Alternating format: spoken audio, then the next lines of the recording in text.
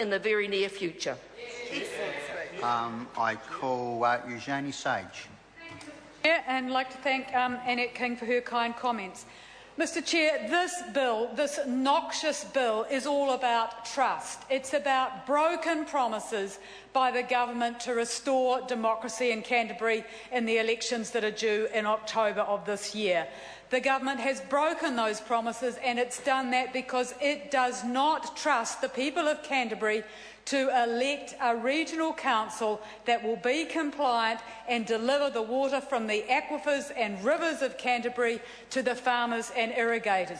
That's why we have this bill, Mr Chair, because the Official Information Act requests that Forest and Bird did in 2010 exposed the governance agenda that it wanted commissioners, it wanted changes to the Rakai Water Conservation Order so that Trustpower could get water from the Rakai for irrigation. It wants to promote major irrigation development, and we've seen yesterday with that $1.7 million grant to Central Plains, which will result in more pollution of the aquifers, more pollution of Te Waihora, Lake Ellesmere. That's to be followed by another subsidy of $4 million by the Ministry of Primary Industry.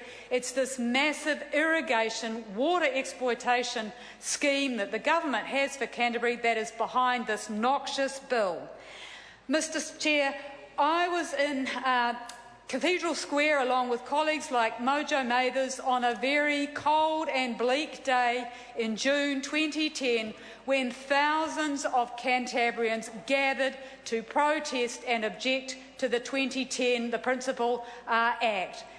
Thousands of Cantabrians have continued to demonstrate, to walk the streets, to march, to show that they oppose this attack on the fundamentals of our political system, the right to vote.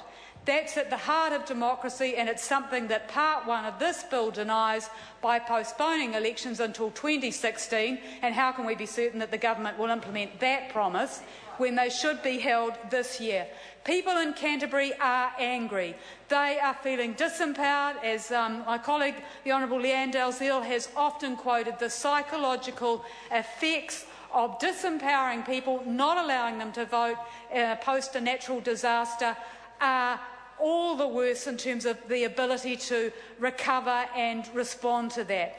The government continues to disempower Cantabrians by denying us the right to vote, and this legislation builds on the powers in SERA, the autocratic powers that it has to not allow proper community consultation and involvement in critical decisions about the province's recovery.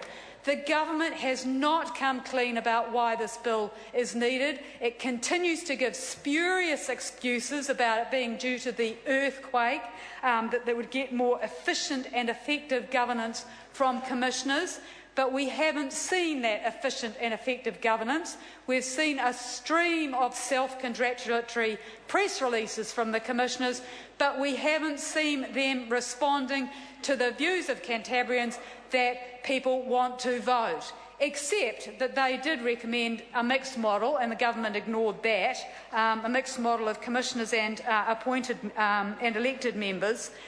But, Mr Chair, Cantabrians want the right to vote. They've demonstrated for that right, and it's part of that strong tradition of suffrage in the region, going back to Kate Shepherd and the suffragists who ensured that women had the right to vote.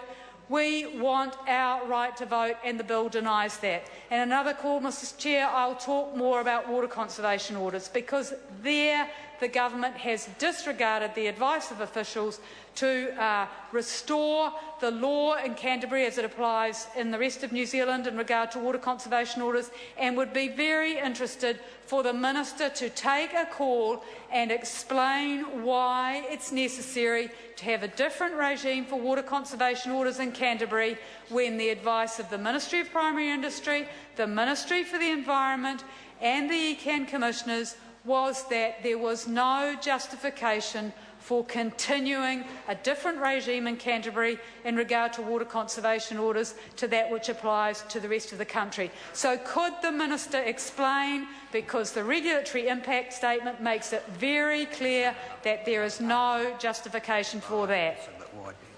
I call Nikki Wagner. much, Mr Chair. I speak to talk to this bill. This bill